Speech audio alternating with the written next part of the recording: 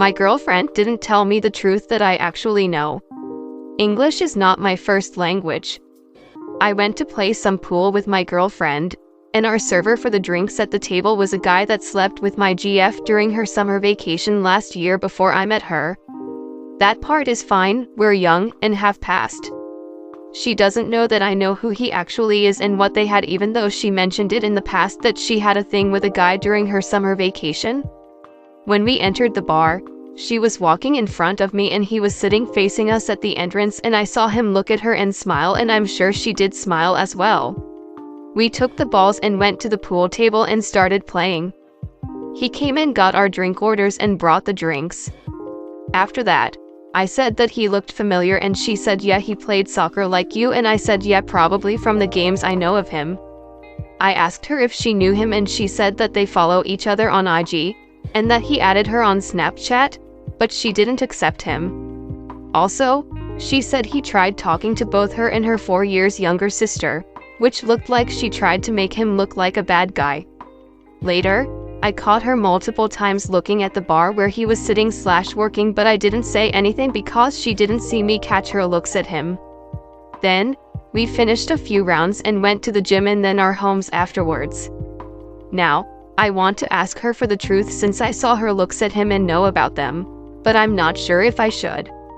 What do I do in this situation? I know how to talk without causing a fight, but I value honesty and don't like people lying to me, especially someone close, which she really is. Comment.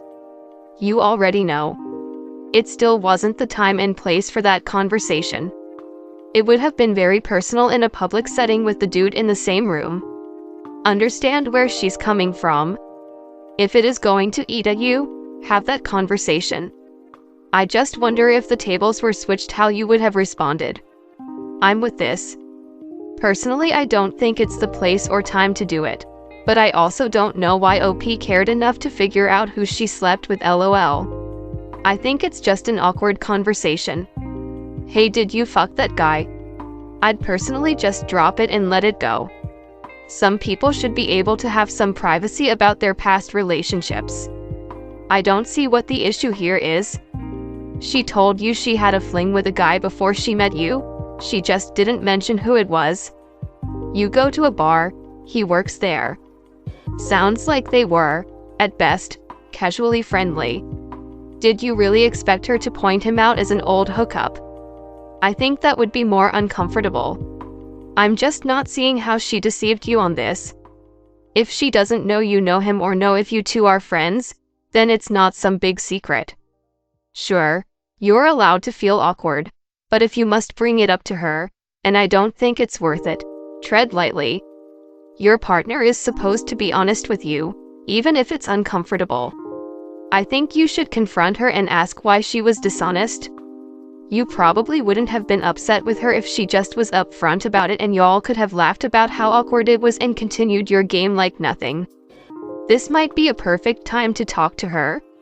Don't let it resonate, it will only make it worse. What are you looking for her to say to you that will make you feel secure? What if she lies to you? What next? If this really is important to you, have a conversation of substance, not emotion. In another comment, you said you knew they slept together because you connected the strings. What are the strings? Because the events that happened in your story don't prove that she slept with him, so I'm just wondering if you are suspecting it's him, or if you have factual information that it's him. Story 2. My wife can't take constructive criticism. My wife and I have been together for almost 4 years, married for a year. We love each other deeply, but over the last couple years, I've noticed that she has gotten more and more defensive with not only constructive criticism, but also simple requests to stop doing little things. For example, we both work from home and my job is more demanding than hers.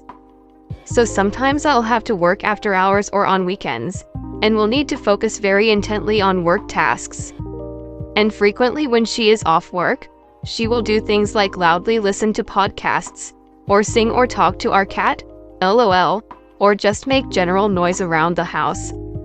At times, she'll even talk to me after my having politely, in eggshell fashion, requested to not be bothered for a finite period of time, Now I don't want her to feel like she's in prison after work. So oftentimes, I will throw my headphones in and try to zone her out. And on occasion, in an effort to anticipate being bothered, I'll politely let her know that I really need to focus for the next couple of hours, and let her know that if she can just be conscious of that, it would be amazing. I don't know if that sounds condescending in text, but I'm very careful to make sure that I'm as sweet as possible.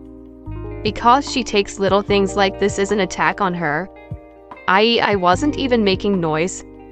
I used to wait until after she made noise to ask her to be quiet, but I would get similar responses.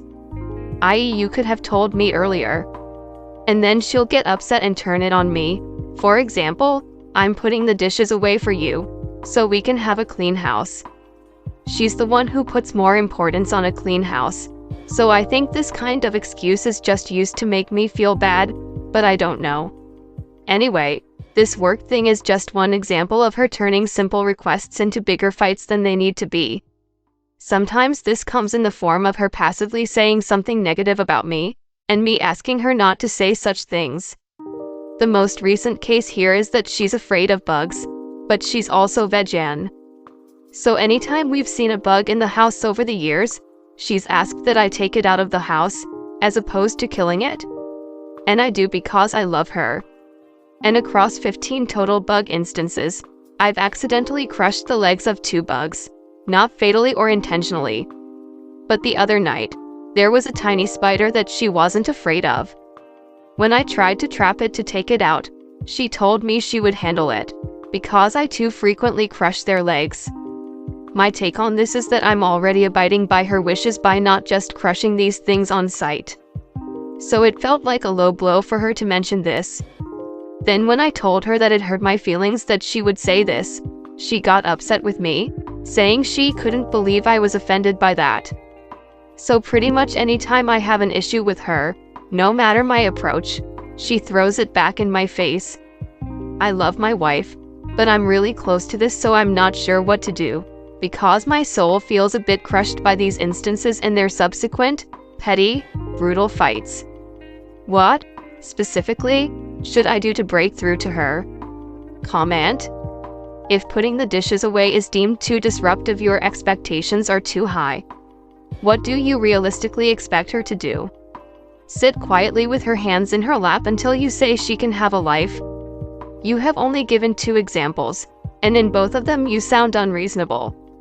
You sound unreasonable about expecting her to be super quiet for hours in her own home. Unloading the dishwasher and talking to the cat aren't really loud activities. I can't really judge about the singing or podcasts. It sounds like you expect her to be super quiet in her own home. She has probably told you this is unreasonable. However, you think you are right. You aren't offering her constructive criticism. You are prioritizing your wants over hers, deciding you are right, and acting like her boss. Seriously, buy some noise-canceling headphones. Go to a coffee shop.